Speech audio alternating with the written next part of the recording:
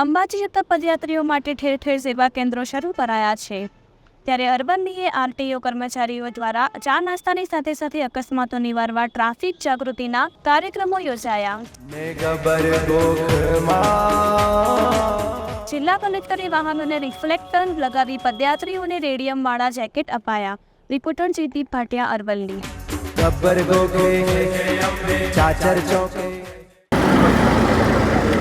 Aravalli RTO કચેરી દ્વારા મા અંબાના પદયાત્રીઓને સેવાર્થે સેવા કેમ્પનું આયોજન કરેલ છે અને સાથે સાથે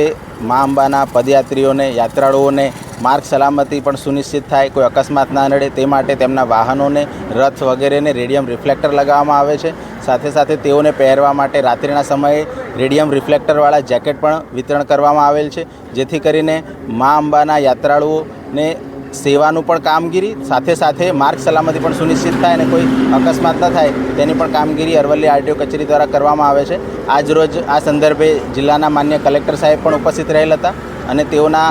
સ્વહસ્તે પણ પદયાત્રાળુઓને જેકેટ વિતરણ કરેલ હતું તથા રેડિયમ રિફ્લેક્ટર પણ તેઓ દ્વારા લગાવવામાં આવેલ હતા। સાથે સાથે અમારી આરટીઓ કચેરીની સમગ્ર ટીમ, તમામ ઇન્સ્પેક્ટરો તથા સ્ટાફ અને અન્ય સદભાગી મિત્રો સૌનો ખૂબ ખૂબ આભાર વ્યક્ત કરું છું અને આ સાથે જ અમે લોકોને અપીલ કરીએ છીએ કે મા અંબાના દર્શને જતા તમામ યાત્રાળુઓ માતાજીની ભક્તિની સાથે સાથે પોતાની અને અન્ય વાહન ચાલકોની સલામતી પણ જળવાય તેનું પણ ધ્યાન રાખે તેવી સૌને અપીલ। ખાતે આરટીઓ કચેરીને બહાર પગપાળા યાત્રીઓ જે અંબાજીના દર્શન માટે જઈ રહ્યા છે ભાદરવી પૂનમના મેળામાં સહભાગી બનવા માટે, એના માટે સેવા કેમ્પ વિસામોનું પણ સુંદર આયોજન કરવામાં આવે છે અને સાથે સાથ ટ્રાફિકની અવેરનેસ અને જે શ્રદ્ધાળુઓ યાત્રિકો જે જઈ રહ્યા છે એમને કોઈ અકસ્માત નહીં નડે અને સલામતીથી ત્યાં પહોંચે રોડના રસ્તાથી, એના માટે રિફ્લેક્ટર વ્હીકલ્સ પણ લગાડવામાં આવી રહ્યા છે અને એમને આ રિફ્લેક્ટર જેકેટ્સ પણ આપવામાં આવી છે, જેને ખાસ કરીને રાત્રે પણ પગપાળા યાત્રીઓ જે છે આ સફર કરતા હોય છે તો એ દેખાઈ જાય અને ખાસ સલામતી ઉપર જે સરકારના એમાં ઉદ્દેશ્ય છે કે સરકાર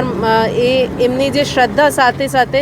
વહીવટીતંત્ર તરફથી જે એમની સલામતીની જવાબદારી છે એ પૂરી થાય, એના માટે હું અમારી અરવલ્લી જિલ્લાની આરટીઓ કચેરીને ખૂબ ખૂબ અભિનંદન આપું છું। ખૂબ સુંદર કામગીરી, સરસ આયોજન એ લોકોએ કર્યું છે અને યાત્રિકો સાથે પણ અમે વાતચીત કરી કે એમને પણ કોઈ હજુ કોઈ સુધારા એમાં લાગતું હોય કે એમાં કોઈ તકલીફ એમને રસ્તામાં પડતી હોય તો સંતોષ સાથે અમે જણાવીએ છીએ કે એમના ખૂબ સારું ફીડબેક મળ્યું છે સફાઈના લીધે પણ અને સલામતીના લીધે। હજુ જે યાત્રિકો માટે કોઈ સારું આયોજન માટે અગર એમનું કોઈ સૂચન હોય તો અમે એના માટે તત્પર છીએ અને જય અંબે સાથે અમે એમને આગળ માટે શુભેચ્છા